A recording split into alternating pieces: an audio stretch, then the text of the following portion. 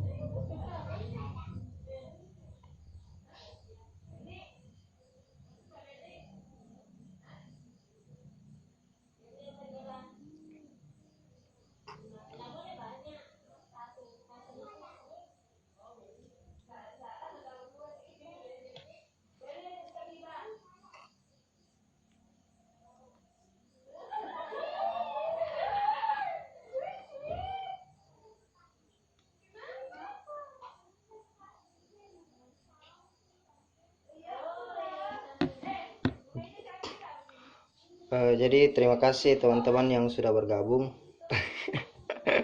Siap Kanda, siap. Sambil menunggu pemateri, jadi kalau ada yang ingin ditanyakan silahkan di kolom komentar.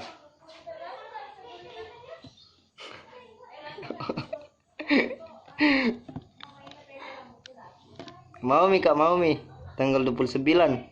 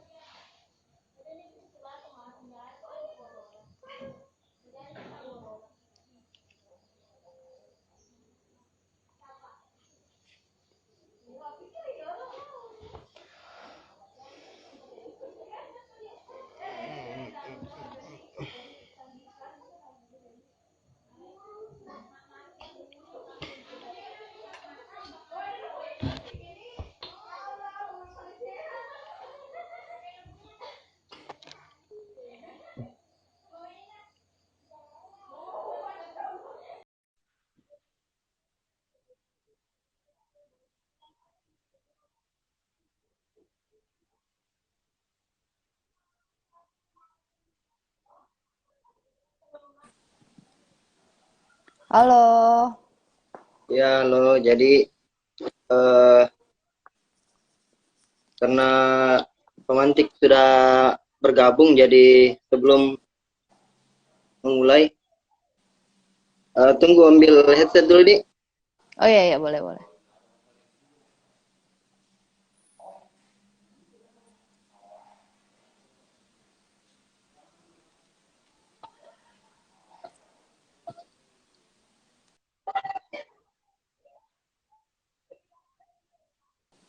Kentar aja suaraku. Iya, Kentara juga Kentara. Oke deh.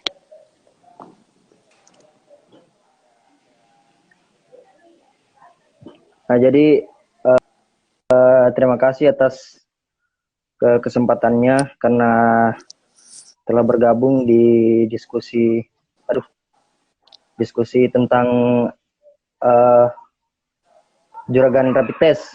Jadi Hmm. sebelumnya itu mungkin dulu di pengantar kenapa bisa kita ambil diskusi mengenai ini. Iya iya. Boleh Kan boleh.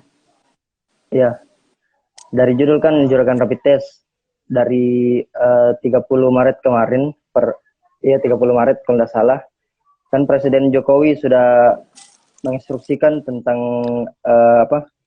tes massal untuk menangani COVID-19 ini. Nah, terus yang jadi masalah itu kan untuk biayanya kan nggak murah. Kalau nggak salah itu rapid test sekitar 500.000, bahkan ada yang 700. Sedangkan swab test ada yang sampai 2,5 juta. Ya, jadi ya dari situ bisa jadikan bisa dijadikan ladang bisnis untuk pengusaha-pengusaha yang memproduksi alat-alat ini. Jadi untuk ya singkatnya seperti itu. Jadi bagaimana menurut siapa dipanggilkan ini? Faiz. Iya, Faiz. Jadi menurut Faiz bagaimana menanggapi hal ini? Dari segi apanya tanggapannya supaya lebih enak diskusi itu dikasih perkecil lebih khusus. Segi apanya tanggapanku? Secara umum saja dulu atau tanggapan yang ada yang lebih detail? Secara umum mungkin dulu, baru masuk ke bisnis ini. Kan ini kesehatan dijadikan ladang bisnis. Oke. Terima kasih banyak kepada teman-teman di Rambu Jalan telah mengundang saya untuk berbagi cerita, ngobrol-ngobrol dengan teman-teman semua. Jadi hari ini itu kita akan ngobrol-ngobrol persoalan rapid test di saya tadi poin yang saya dapatkan dari yang disampaikan sama siapa tadi nama tak? Rian. Disampaikan sama Rian itu adalah bagaimana tanggapannya tentang kesehatan hari ini yang sifatnya mahal, begitu sederhananya, Di? Iya. Sebenarnya saya ada tulisan baru-baru ini yang saya sebar di Pagar Api. Teman-teman bisa cek nanti di Pagar Api ID. Di situ saya juga tulis keresahan seputar persoalan ini. Kita tidak bisa pungkiri sekarang kalau misalnya di dalam sistem kapitalisme hari ini apa sih yang tidak ada harganya, semuanya pasti ada harganya, mulai dari pendidikan, mulai dari kesehatan dan segala macamnya. Di dalam tulisan itu di akhir saya antarkan bahwa Indonesia pada saat dia sudah bergabung di dalam WTO memang ada beberapa jasa yang memang akan diliberalisasikan. Tidak terkecuali juga itu persoalan kesehatan itu sendiri.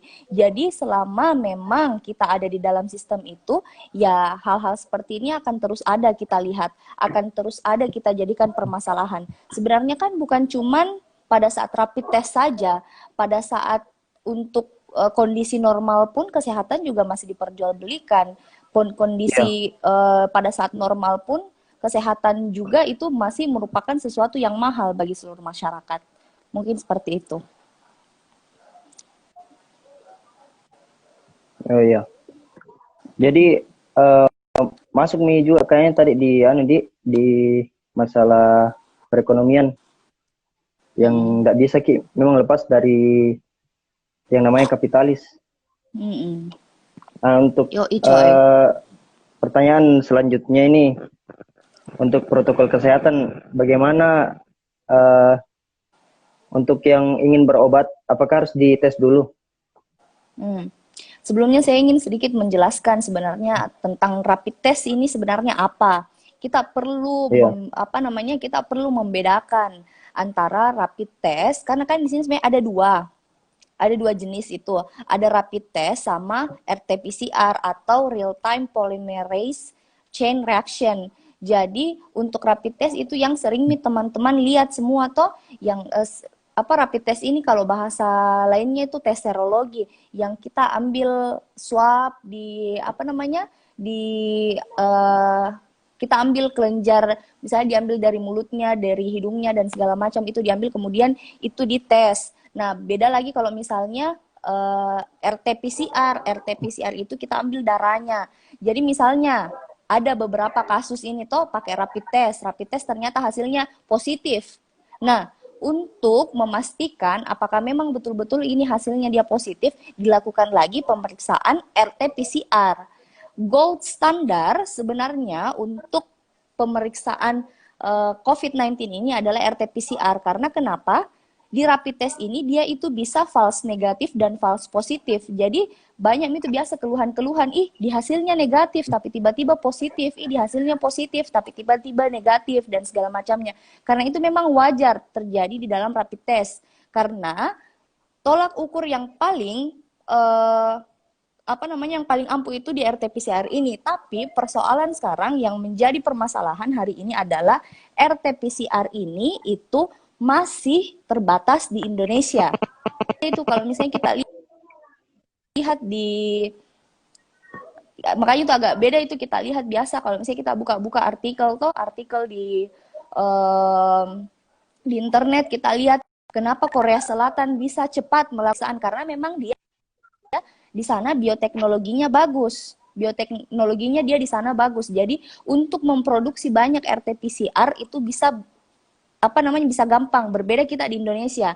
Harga satu RT-PCR itu untuk tulisan saya yang saya dapatkan itu ada sekitaran dari ratusan juta sampai miliaran. Itu untuk satu RT-PCR.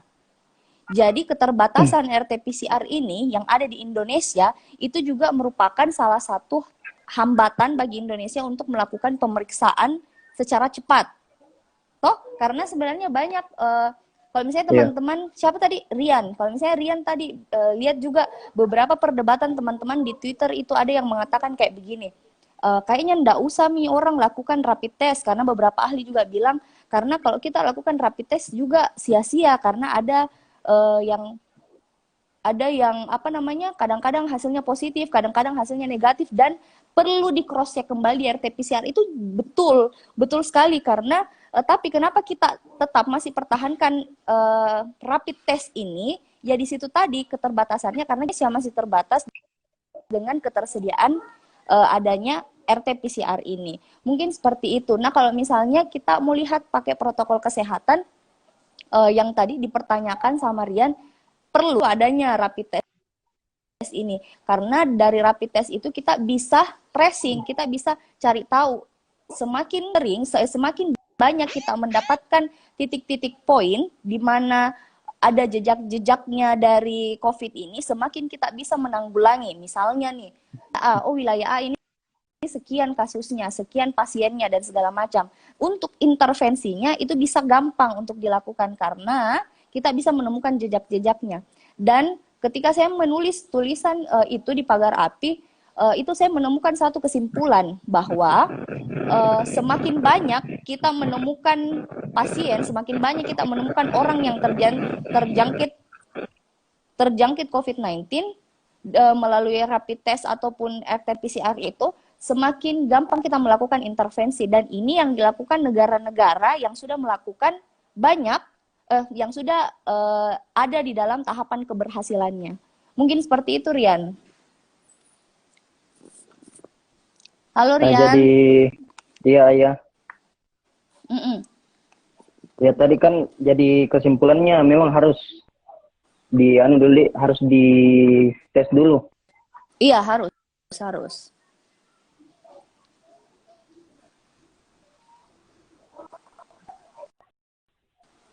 Halo? Ya, halo. Jadi kesimpulannya nih harus memang dites dulu, Dik. Iya, halo. Harus.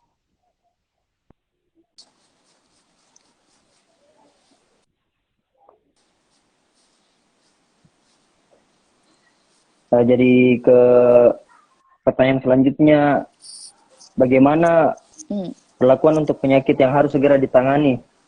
Contohnya kemarin kayak mungkin dengar berita yang itu ibu-ibu di Makassar yang meninggal bayinya karena dia harus melakukan dia sudah melakukan rapid test, tapi hasilnya dalam tubuhnya itu reaktif, jadi harus melakukan tes kedua. Mungkin itu yang RT-PCR, apakah yang itu kan dia itu terkendala di situ, jadi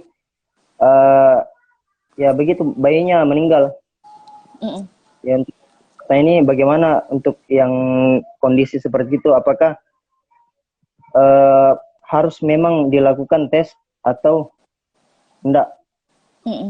Oke. Terima kasih banyak pertanyaan. Saya enggak sempat baca sih yang untuk yang bayi itu, tapi enggak terlalu cepat, cuman judulnya saja. Jadi saya untuk mendalami menanggapi lebih dalam tentang kasus itu saya tidak berani karena saya tidak betul-betul paham dengan kondisinya. Itu yang pertama. Terus yang kedua, sebenarnya kalau misalnya di istilah medis, pasien yang butuh penanganan cepat itu kan kita namanya dia pasien pasien sito. Nah, kedengaran aja suaraku? Iya. Oke. Iya, untuk pasien sito itu untuk pasien sito itu ternyata setelah saya tanya beberapa senior toh kan saya ini belum dokter, saya ini masih kuliah di kedokteran. Nah, setelah saya tanya-tanya ke dokter-dokter yang memang untuk sudah terjun mito di rumah sakit, saya tanya bagaimana sebenarnya kalau misalnya pasien sito, terus jawabannya adalah beda-beda ternyata di rumah sakit. Misalnya kayak di rumah sakit Makassar, pasien sito apapun itu harus memang periksa. Tapi kalau misalnya kayak pasien misalnya rumah sakit, contohnya seniorku yang ada di Takalar, itu di Takalar itu enggak katanya, enggak harus dibeda ada ada pemeriksaan seperti itu. Karena kita kembali lagi, Rian, bahwa alat dari RT-PCR ini itu sangat terbatas. Di situ kita sebenarnya permasalahan besarnya ini Indonesia. Kasihan. Penduduknya banyak, keuangannya kodong nggak tahu transparansinya bagaimana, terus itu lagi bioteknologinya juga tidak berkembang seperti negara-negara yang lain. Mungkin seperti itu, Rian.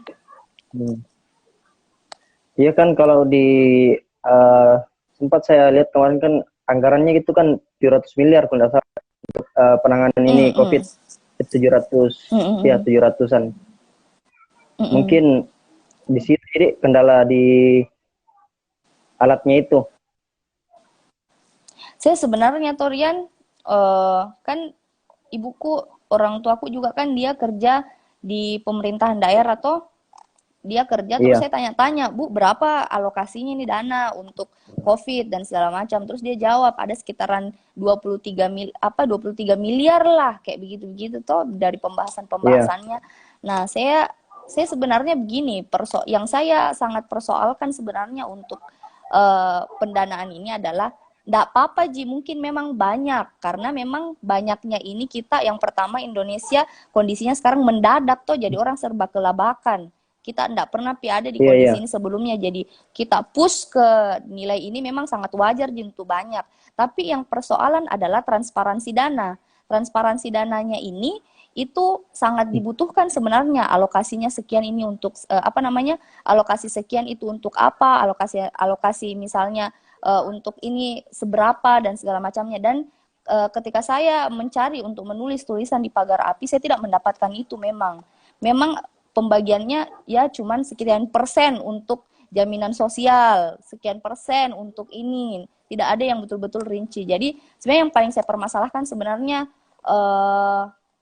akuntabilitasnya untuk pendanaan ini. Mungkin seperti itu, Jirian. Jadi mungkin seperti itu, Di. Iya. Yang pertanyaan selanjutnya, bagaimana kebijakan untuk yang kurang mampu? Apakah ini rapid test? Apakah sama Ji untuk semua atau ada kebijakannya bagi yang kurang mampu, misalnya tidak mampu membayar biaya rapid? Halo Rian. Halo. Oke. Apa tadi untuk biaya yang tidak mampu, Di? Iya, untuk yang kurang mampu, apakah ada kebijakan lain yang saya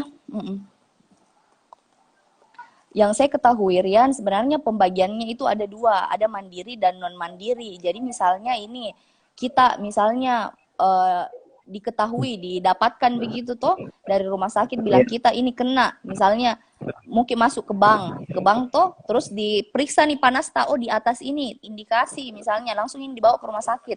Kalau misalnya kita didapatkan kondisi seperti itu gratis Ji sebenarnya. Tapi kalau misalnya kayak mandiri, misalnya saya ini dari Masamba Kak toh, dari Luwu Utara, mau misalnya ke Makassar, butuh Kak surat keterangan sakit. Butuh Kak misalnya pemeriksaan itu kalau misalnya dia sifatnya mandiri seperti itu memang bayar, dan itu perbedaannya itu beda. Misalnya kalau apa namanya? Kalau untuk yang rapid test yang tadi saya jelaskan itu beda-beda, ada yang 500, ada yang 700, ada yang 300. Kalau yang RT-PCR tadi yang saya jelaskan itu dia harganya bisa sampai 1 juta, bisa sampai 2 juta juga. Itu pun kebijakannya beda-beda dari setiap pimpinan rumah sakit. Nah, tapi kalau misalnya dia misalnya orang tidak mampu misalnya terus mau pergi dan segala macamnya, itu kebijakannya beda-beda lagi katanya. Kalau yang saya dapatkan beda-beda dari setiap wilayah. Jadi kalau misalnya kita tampilkan surat keterangan tidak mampu dan segala macamnya, itu bisa katanya dibantu. Nah, kita kembali lagi Rian, misal kita ada di wilayah mana, misalnya ada di wilayah A, kebijakan yang ditetapkan sama di wilayah A itu bagaimana, kebijakan yang ditetapkan sama wilayah B itu bagaimana. Karena setelah saya telusuri lebih dalam, seluruh kebijakan yang ada di dalam di COVID itu tidak seragam dia sifatnya. Dia bergantung sama kebutuhan dan kemampuan masing-masing wilayah. Rian.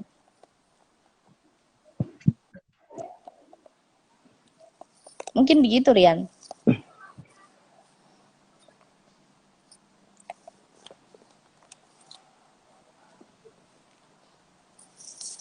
Halo, Rian. Ya, jadi iya.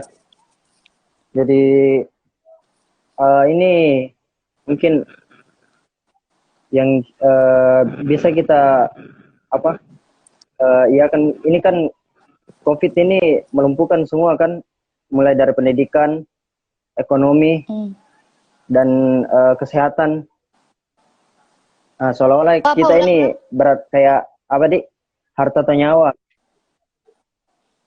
Akan kita melihat ini kondisi COVID kan, kita lumpuh dari kesehatan, pendidikan, perekonomian kan. Kita ini kan ada di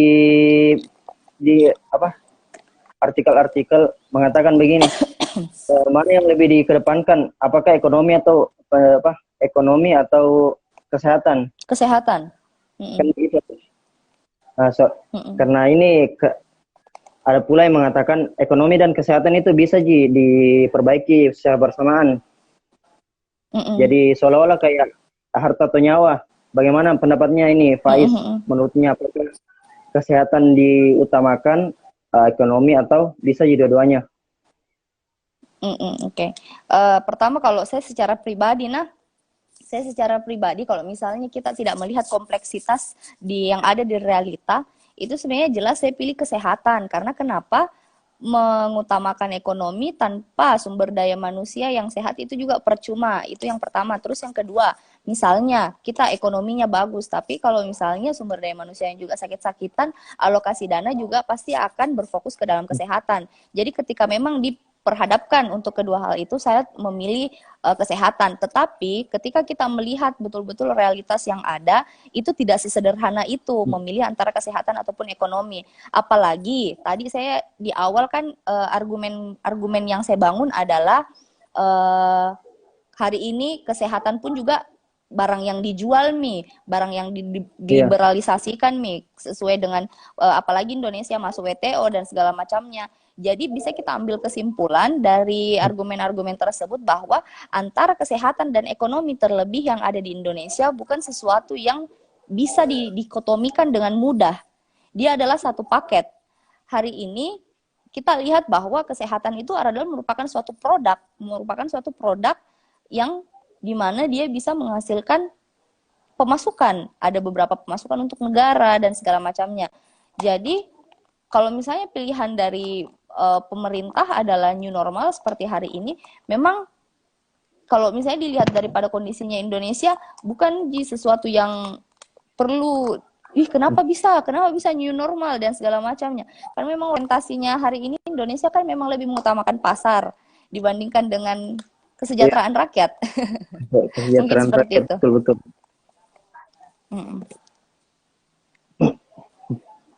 Jadi pertanyaan terakhir mungkin dari saya sebelum sesi tanya jawab. Menurutnya Faiz ini apa yang seharusnya dilakukan pemerintah untuk mengatasi ini yang masalah juragan rapid test yang mengambil keuntungan? Saya itu tadi sih, saya sebenarnya untuk memberikan saran sebenarnya saya tidak punya kapabilitas di situ, karena yang pertama yang lebih banyak yang saya ketahui memang untuk praktik yang ada di lapangan, yang saya kesehatan, karena kan untuk mengambil sebuah kebijakan kan memang tidak segampang itu toh, harus memang lihat dari public health-nya, harus memang lihat dari ilmu pemerintahannya dan segala macamnya. Tapi sebenarnya yang paling saya tuntut secara pribadi, yang paling saya tuntut di dalam penanganan rapid test ini adalah akuntabilitas. Kasih jelas dulu alokasinya ini kemana, ini sekian berapa, dan segala macamnya.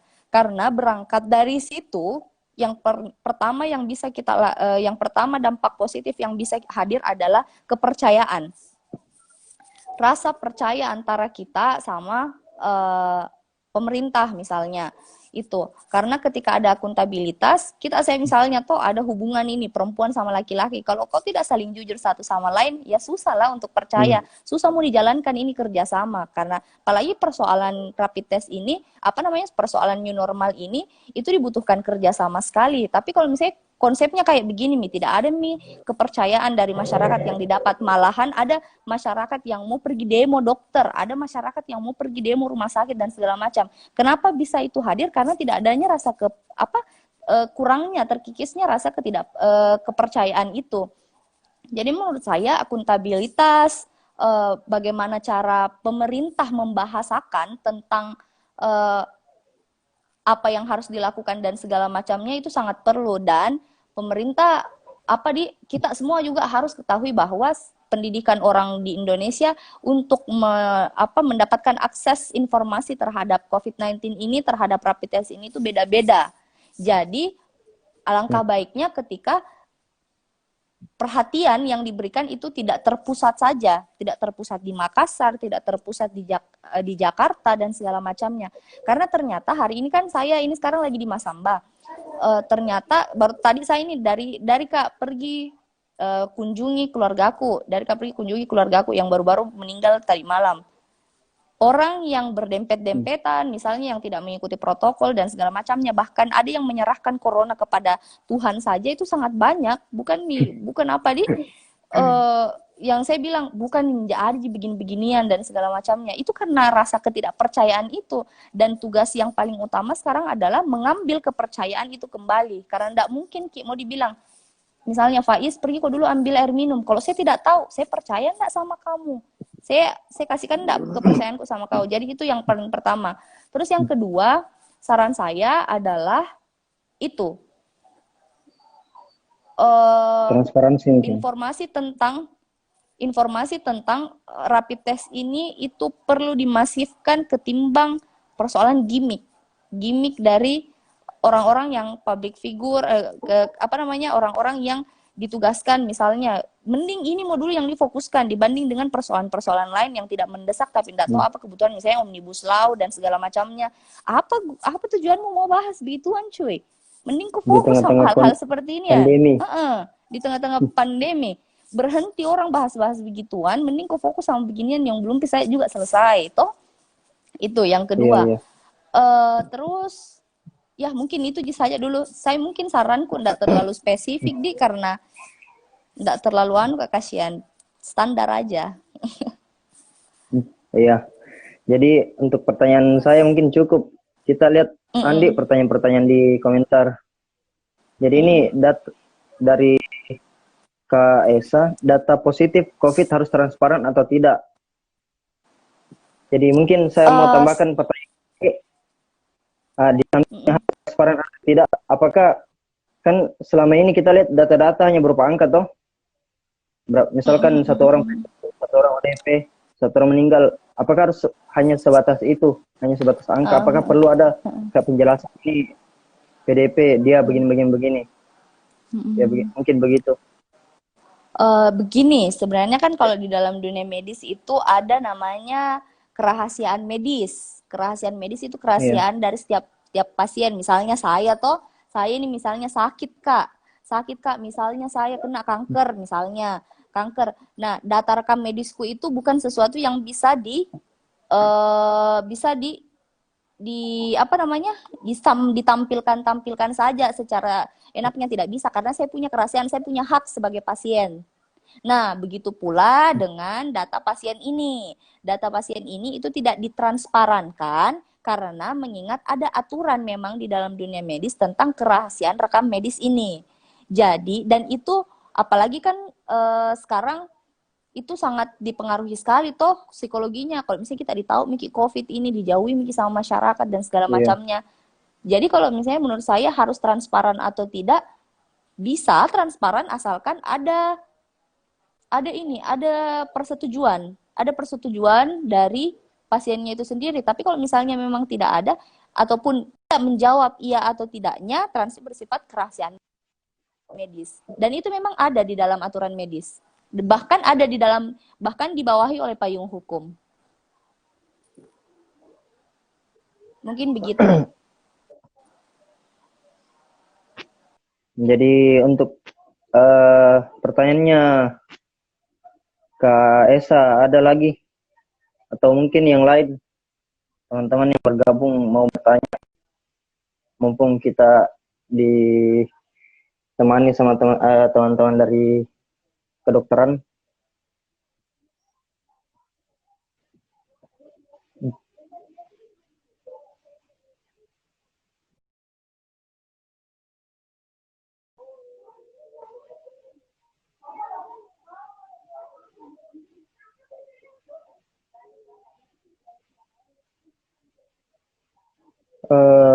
Tunggu Di, mungkin ada kesalahan jaringan dari pemantik.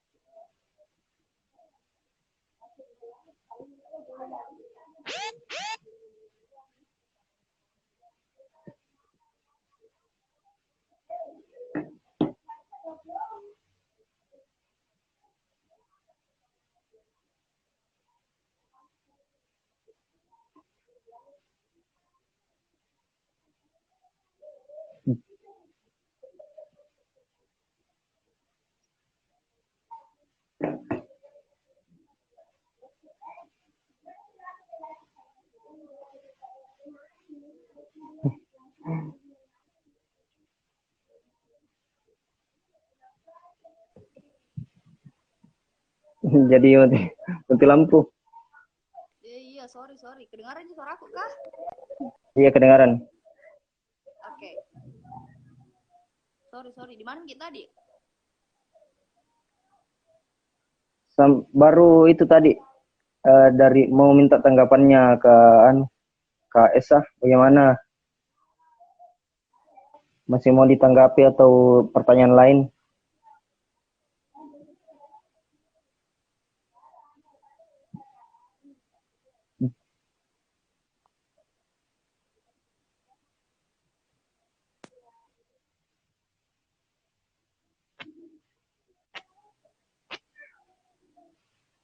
Bagaimana?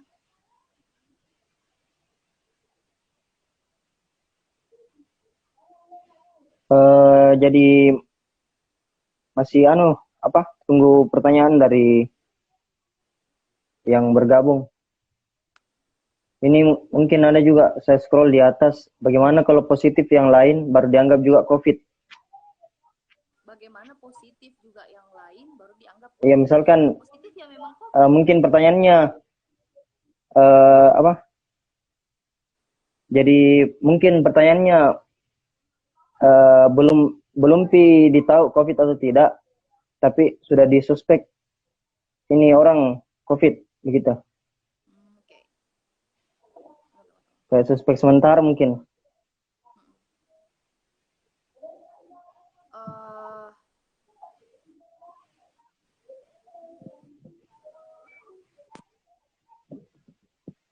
Halo, kedengaran suara aku toh? Iya, kedengaran Ji.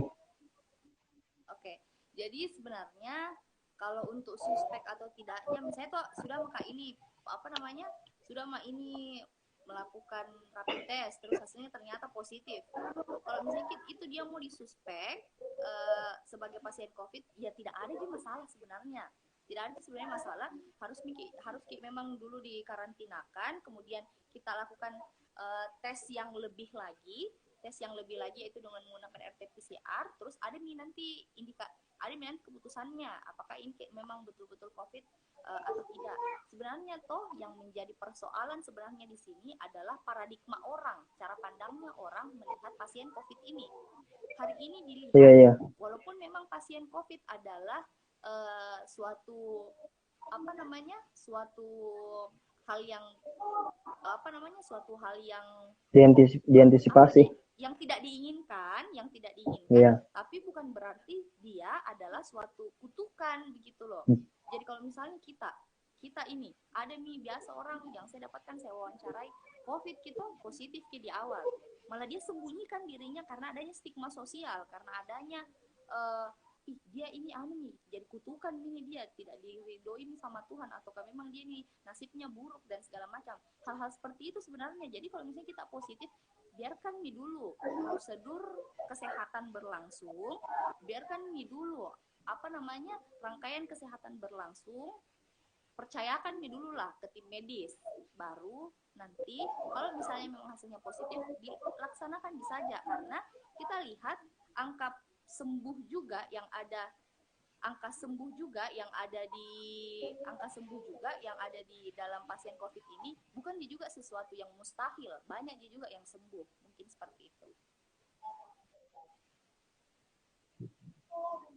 Iya mungkin begitu, karena kemarin juga yang saya lihat banyak pasien yang udah jujur ke dokter bahwa dia itu yang bahaya juga sebenarnya Rian, itu poin yang itu tadi yang kita bilang, ketidakjujuran terhadap dokter. Karena kalau misalnya ada yang tidak jujur terhadap dokter, bukan cuman dirita saja ini yang berbahaya, dokternya juga bisa jadi kena bahaya, orang lain juga bisa kena bahaya, keluarganya juga bisa kena bahaya.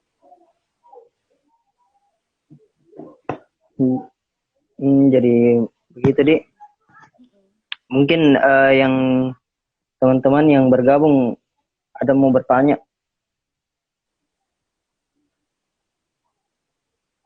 Kan kita ini ngobrol-ngobrol, Torian. Kalau misalnya pandangannya Rian sendiri tentang rapid test bagaimana? Kalau saya sih sebenarnya yang masalah itu juga tadi sebenarnya transparansi. Kan memang diakui memang ini mahal kan, 500.000. Bukan uang yang gampang. Bukan uang yang gampang cari. Jadi mungkin kalau saya yang kemarin itu kan yang saya baca masalah ibu-ibu itu yang di BPJS-nya yang diterima hanya itu yang masalah kelahiran itu, tapi yang rapid test-nya tidak ditanggung BPJS. Jadi begitu. Menurut saya mungkin karena kan sama-sama gini penyakit, masa tidak dilayani juga. Saya sebenarnya tuh Rian, kalau pandanganku tuh secara pribadi, yang pertama ada pertanyaan yang mendasar sebenarnya yang bisa kita pertanyakan sama diri tak masing-masing. Dengan posisi terjepit seperti ini, apa yang bisa dilakukan? Karena kita bilang mahal dan segala macamnya, kita juga bisa apa? Karena memang aturan payung hukumnya sendiri secara global juga jelas bahwa Indonesia ada di dalam WTO, Indonesia mengaminkan liberalisasi kesehatan. Ada tuh biasa kalau misalnya di kajian-kajian kan biasanya lebih sering kita dengar tentang liberalisasi pendidikan, tujuannya, dan segala macam. Karena kan di situ ada masuk kesehatan di situ di dalam 11 jasa tersebut. Nah, pertanyaannya selanjutnya, kita dengan kondisi terjepit begini, apa yang paling bisa dilakukan? Yang paling penting menurutku adalah edukasi diri kita dan memperjelas keberpihakan. Itu sebenarnya solusi yang saya tawarkan juga di tulisanku yang di Pagar Api. Semakin kita kasih memperjelas keberpihakan, tak mungkin berpihak ini sama siapa. Kita tahu bilang struktur sistem kapitalisme hari ini seperti itu, caranya kita mau mengkikis sedikit demi sedikit itu bagaimana dan segala macamnya. Saya rasa pengetahuan seperti itu bisa membantu kita sebagai dokter ataupun pasien. Karena mau beda apa sekarang? Iya. Misalnya edukasi diri mungkin apa? Mungkin lawan elit global, mungkin lawan kapitalis global. Tidak mungkin. Kecuali bisa saja kita runtuhkan semua itu dengan memang ya suatu solidaritas yang besar, dan tidak mungkin kita juga mau lakukan solidaritas yang begitu besar kalau misalnya pengetahuan dan keresahan seperti ini itu tidak sampai betul-betul ke semua orang.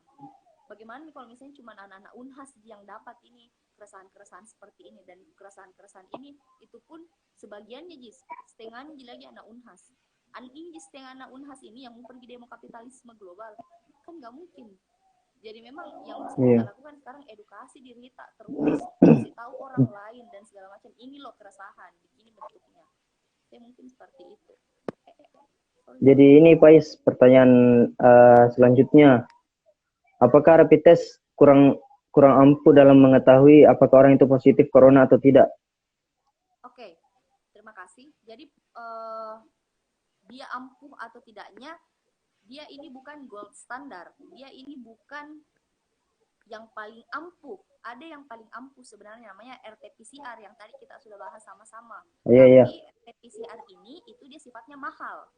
Bioteknologi yang ada di Indonesia itu tidak secanggih Korea Selatan. Korea Selatan punya bioteknologi yang sangat keren begitu, yang kayak banyak, jadi mereka bisa lakukan pemeriksaan massal itu gampang. Karena rapid test ini seperti yang saya bilang, dia bisa ada dua kemungkinan, ada false positif dan ada false negatif. Nah, false positif itu artinya positif ki hasilnya tapi ternyata negatif.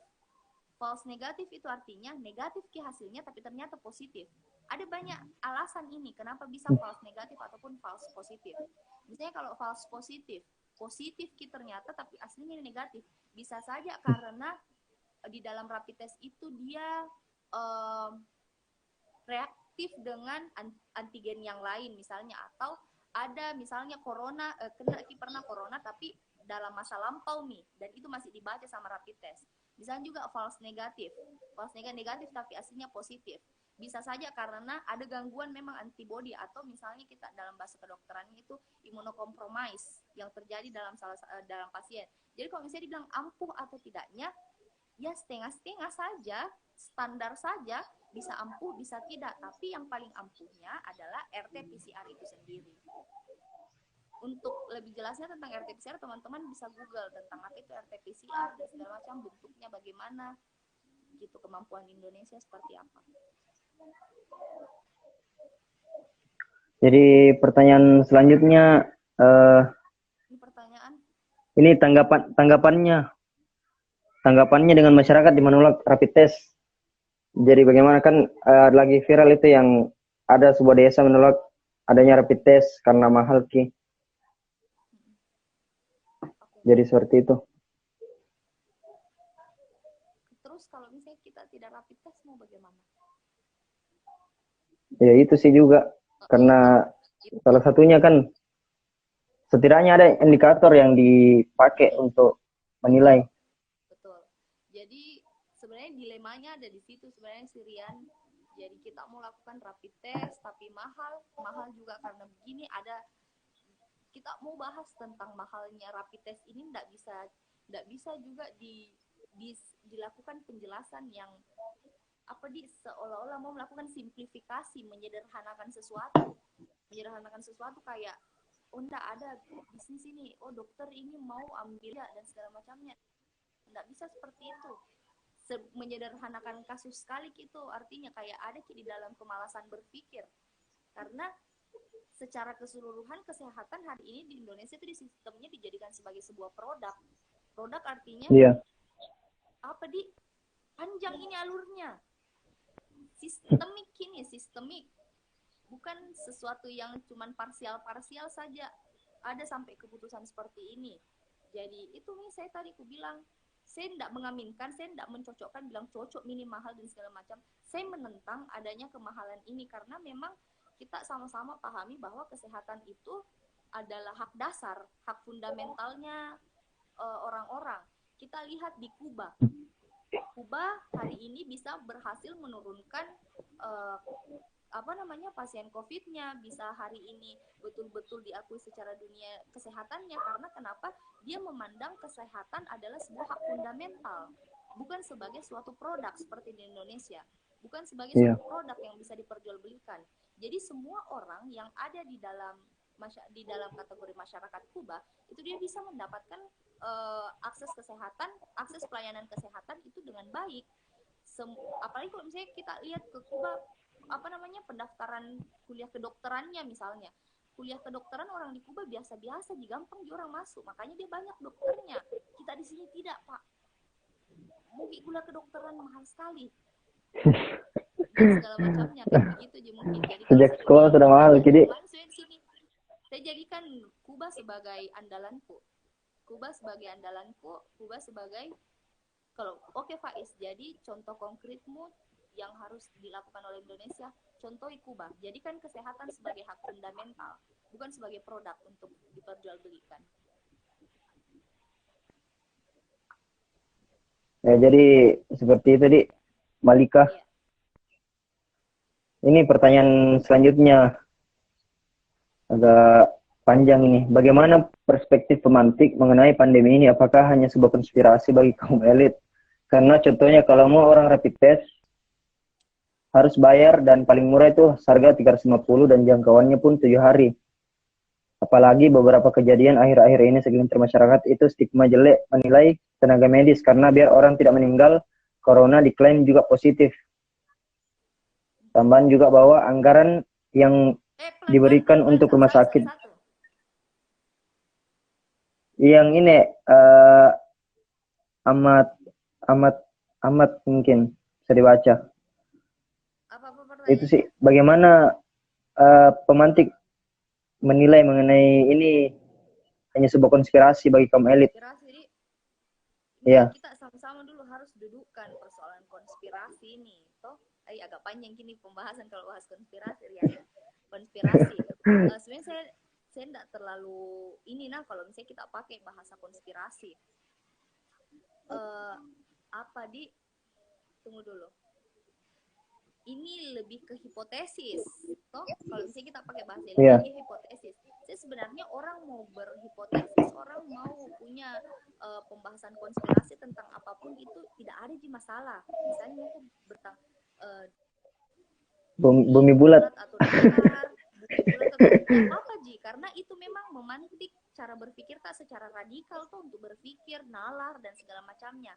Tapi kemudian yang menjadi permasalahan tentang konspirasi ini hadir di tengah-tengah wabah pandemi. Begini coy, kalau kau bilang ini konspirasi sebagai suatu kalau kau bilang ini corona sebagai suatu konspirasi, lihat ini ada orang meninggal di depanmu.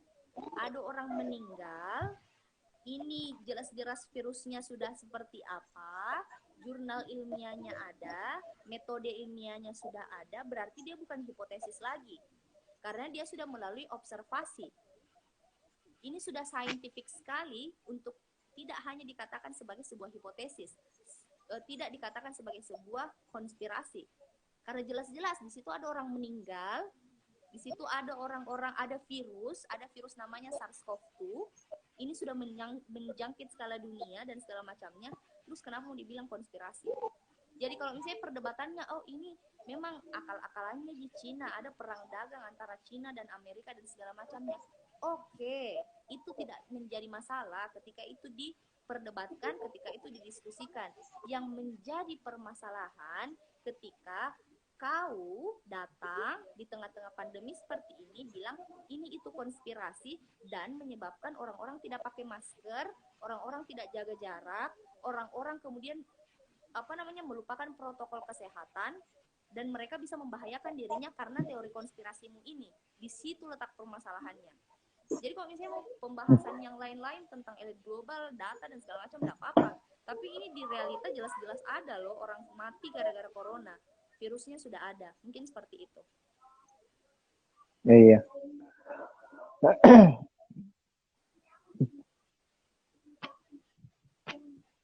Terus ada lagi. Nah ini ada lagi satu. Jadi kasus positif yang 45 ribuan lebih yang terjadi di Indonesia, dia dites menggunakan PCR. Bagaimana maksudnya nih? Mungkin Faiz mengerti pertanyaannya. Iya, paham. Jadi kasus positif yang 45 ribuan lebih yang terjadi di Indonesia, dia dites menggunakan PCR. Sebenarnya kan dia ini tidak, kalau saya tidak punya data pastinya apakah dia semuanya ini 45 ribu ini dia digunakan pakai PCR atau tidak. Saya argumen yang saya bawakan tadi tidak untuk mengarah ke situ, tapi yang mau saya lebih pasti yang sebenarnya argumen yang mau saya bangun adalah PCR ini dia itu lebih baik, lebih akurat dibandingkan dengan rapid test ini. Tapi kalau misalnya 45 ribuan lebih ini tes menggunakan PCR, informasi saya belum sampai ke situ. Saya belum mendapatkan. Nanti saya tidak bisa pertanggungjawabkan jawabanku kan. Jadi pertanyaan terakhir mungkin ini. Iya. Pertanyaan terakhir ini FSD yang tentang vaksin. Lagi-lagi konspirasi juga kayaknya ini masuk juga di sini. Yang katanya ini kan vaksin saat ini kan tengah dikembangkan di Amerika. Terus ada beritanya bahwa di vaksin itu kita akan ditaruhkan semacam apakah chip untuk memonitori manusia. Entah terlepas itu benar atau tidak, masalah vaksin ini bagaimana menurutnya Faiz? Yang pertama, apakah ini vaksin benar-benar ada dikembangkan atau hanya konspirasi gitu? Oke.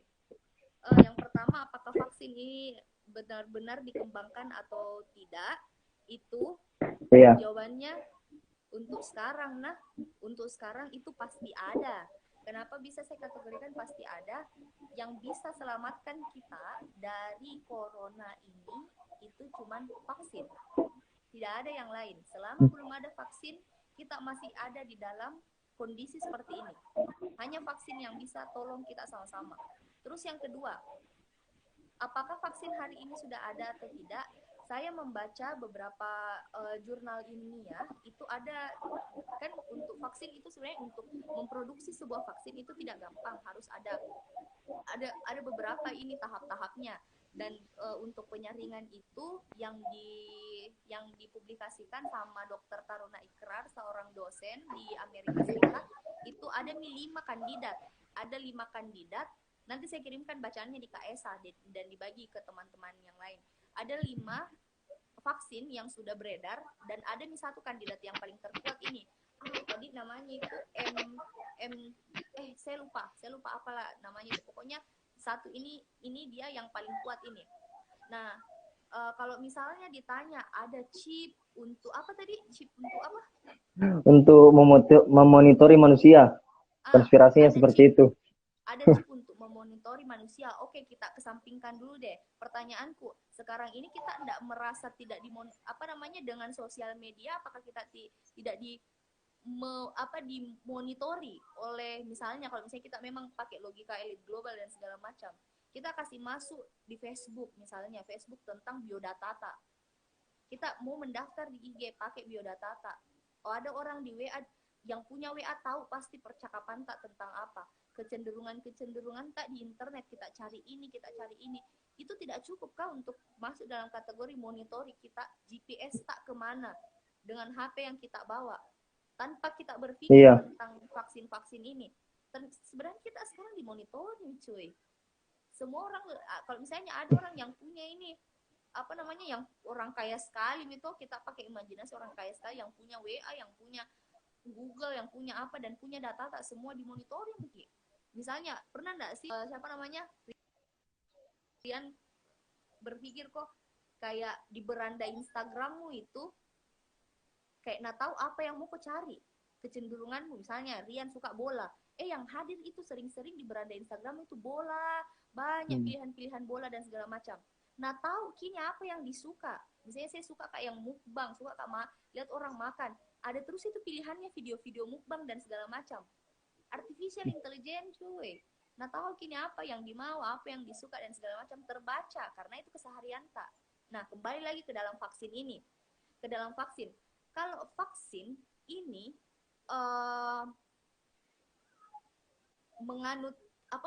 mengandung chip dan segala macamnya, kita kembali lagi ke pertanyaan itu. Nah, pertanyaannya selanjutnya, tanpa vaksin bagaimana cara tak bisa bebas dari corona?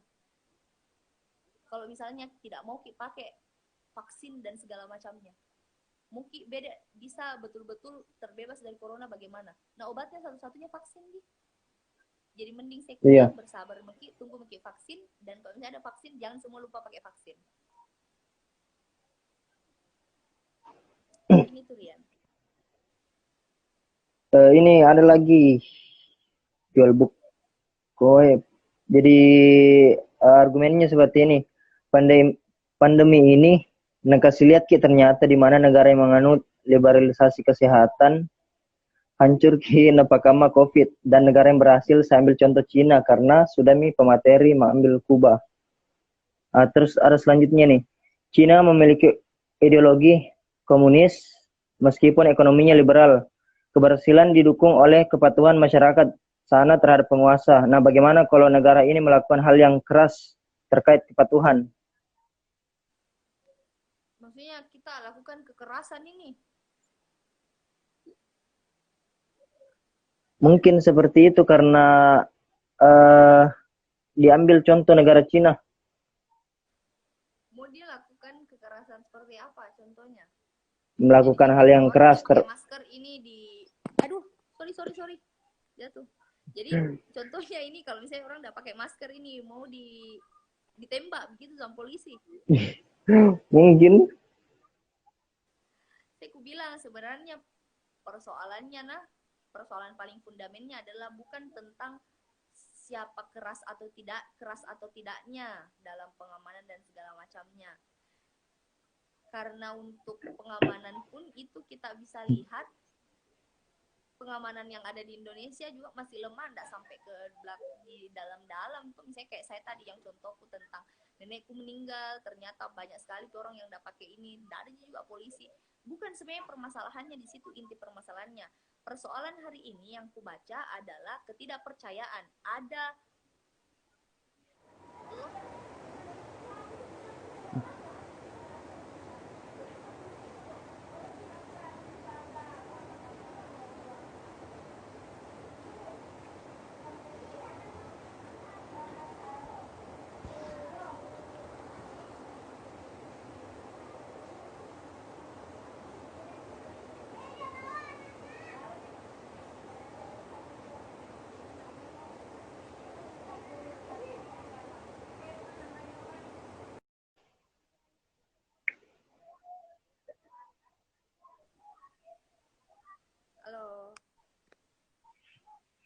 banyaknya masalah tak Rian. Limit 10 menit. 1 jam. Bagaimana lanjut tadi? Gimana Mak tadi kah? Di mana nih tadi itu? Lupa juga di mana Kak bicara. Ya apa? Masalah itu Cina. Hah? Oh iya, begitu. Yang kekerasan. Iya. Kekerasan toh ini yang saya bilang bahwa sebenarnya bukan persoalan. Sebenarnya persoalan yang paling dasarnya adalah bukan tentang siapa yang paling keras dan segala macamnya. Enggak, kalau saya baca pembacaanku, nah Kak jual buku bukan di situ, tapi persoalan tidak adanya ada lost trust di sini, ada lost trust antara kita sama pemerintah. Kenapa ada lost trust? Karena itu tadi keterbukaan antar atas informasi dengan baik itu tidak ada. Misalnya nih, kalau misalnya kita pakai logikanya tadi kakak jual buku, kita adakan ini, kita lakukan ini kekerasan dan segala macamnya. Sampai sebagaimana sih bisa dijangkau sama apa namanya? Polisi dan segala macamnya, itu sampai sejauh mana bisa dia jangkau. Misalnya cuma sampai di Makassar saja yang ada di kafe-kafe dan segala macamnya, kan itu tidak sampai sebatas itu saja itu virus. Misalnya ada di Masamba yang tidak bagaimana sekali di pengamanannya dan segala macamnya. Itu dia saya bilang bukan tentang siapa yang paling keras, tapi tentang kepercayaan yang belum terbangun sebenarnya. Tapi kalau misalnya dibilang kita memperjelas juga, apa namanya, mempertegas juga, ya tidak ada masalah. Bukan apa namanya, bagus juga meningkatkan itu. Dengan meningkatkan kepercayaan juga merupakan sebuah solusi Ji menurutku. Tapi kalau misalnya ditanya apa sebenarnya persoalan mendasarnya saya itu tadi. Dan yang kedua, yang paling fundamental adalah kesehatan ini bukan menjadi hak fundamental yang bisa dimiliki oleh seluruh masyarakat. Di sini sebenarnya yang paling kita kecewakan tuh, makanya tadi ada liberalisasi kesehatan dan segala macamnya. Iya. Kan kemarin juga itu yang pas PSBB kan mall sudah buka kan? Mall-mall di Makassar. Bagaimana beda polisi? Mungkin polisi masuk mall. Kalau misalnya di mall gini, bayangkan kita mau masuk di mall, polisi mau satpam di kalau ada di mall. Saya itu saya percuma sebenarnya ada protokol kesehatan dan segala macam. Percuma juga ada kepatuhan, ada kekerasan dan segala macamnya. Kalau misalnya kita juga semua merasa terjepit merasa nggak bisa bergerak kemana-mana. Yang kayak itu nih tadi persoalan mau kesini ternyata mahal, dan itu sebenarnya persoalan mendasar hari ini. Karena kalau misalnya kita bicara tentang protokol kesehatan, sebenarnya kalau kita analisis baik-baik tentang protokol kesehatan ini, yang bisa nikmati adalah orang-orang yang punya privilege. Misalnya nih, ada orang yang tidak sama sekali punya privilege. Dia tidak punya akses informasi terhadap bagaimana caranya menggunakan masker, bagaimana caranya melakukan ini, cuci tangan yang bersih dan segala macamnya, tidak mempunyai privilege pengetahuan. Atau misalnya untuk beli masker pun susah, untuk dapat uang 1.000 saja susah, kita makan dan segala macamnya. Percuma ada kepatuhan. Kalau ternyata untuk memenuhi poin-poin dalam protokol kesehatan kita juga masih susah. Karena susah juga sih kemarin kan. Iya. Apa lanjut. Apa yang Rian mau bilang? Ya bagaimana Pais? Oh, kan kemarin kalau mau dibilang juga masyarakat tidak patuh juga sih, karena kemarin itu sudah dilakukan PSBB tapi mal juga buka, kan tumbang tinggi jadinya. Kita disuruh patuhi PSBB tapi mal buka. Tidak bisa juga disalahkan sepenuhnya kepada masyarakat kalau mereka tidak patuh. Iya, saya juga kan beberapa lihat ini. Seperti itu mungkin kalau saya. Betul. Saya juga lihat misalnya waktu awal-awal kena, saya lihat sama-sama di Pantai Losari itu sangat sedikit sekali orang yang duduk-duduk yang kayak biasanya. Ini bisa diambil kesimpulan bahwa orang-orang sebenarnya patuhi sebenarnya ini aturan-aturan. Orang-orang sebenarnya jalani gini aturan-aturan, tapi pertanyaannya selanjutnya, apakah semua orang bisa mendapatkan akses untuk menjalani aturan-aturan tersebut? Ya jawabannya pasti tidak, apalagi dengan kondisi Indonesia hari ini.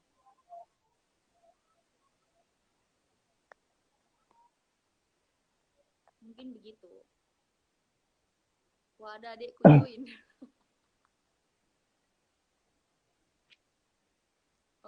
lanjut. Bagaimana Faiz? Nggak kedengaran suaramu tadi. Apa? Kedengaran, Mi?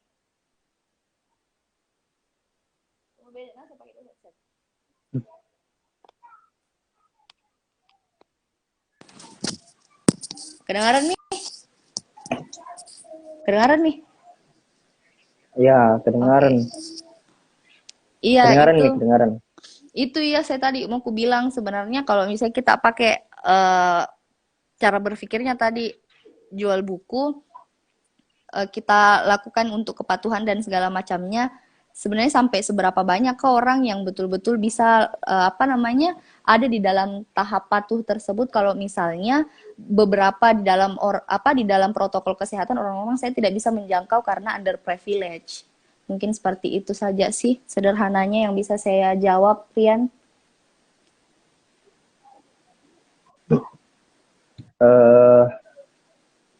Baik, karena berapa sudah 1 jam lebih juga kita berbincang. Mungkin teman-teman kalau masih ada pertanyaannya bisa di PC akunnya Faiz. Di DM bisa itu Faiz. Kalau ada pertanyaan. Bisa. Dan terima kasih juga sama Faiz yang sudah meluangkan waktunya untuk berbincang, berdiskusi bersama kami di Rambu Jalan. Oh iya, Itu sih. Terima kasih. Saya mau bilang sebenarnya Rian, untuk kalimat penutup saya mau bilang ke teman-teman, teman-teman yang masih punya akses untuk mendapatkan beberapa kesempatan untuk protokol kesehatan, masih bisa menjangkau pengetahuan tentang bagaimana caranya pakai masker, bagaimana protokol yang baik dan segala macam, tolong lakukan itu, tolong sama-sama kita lakukan itu, jangan berkumpul dengan dekat-dekat dan segala macamnya. Nah, untuk misalnya orang-orang yang belum mendapatkan privilege misalnya dalam mendapatkan sebuah informasi, kita semua di sini hadir untuk itu, sampaikan ke yang lain dan segala macamnya. Dan untuk melihat kasus yang ada di dalam corona ini, tolong jangan melakukan simplifikasi, jangan melakukan penyederhanaan. Ada yang menyalahkan dokter, ada yang menyalahkan ini dan segala macamnya. Jangan. Mari sama-sama kita lihat kasus pandemi ini itu betul-betul clear, betul-betul kita bisa melihat sampai ke akarnya. Karena dengan melihat sampai ke akarnya, itu kita bisa menentukan keberpihakan harus berpihak pada siapa. Mungkin seperti itu. Ya. Ya, jadi terima kasih teman-teman yang sudah bergabung. Terima kasih teman-teman Rambu di Jalan. Semoga bisa bertemu di lain waktu dengan metode luring. Amin. Tidak seperti ini. Jadi terima kasih Faiz sudah bergabung. Sukses ya Rambu di Jalan.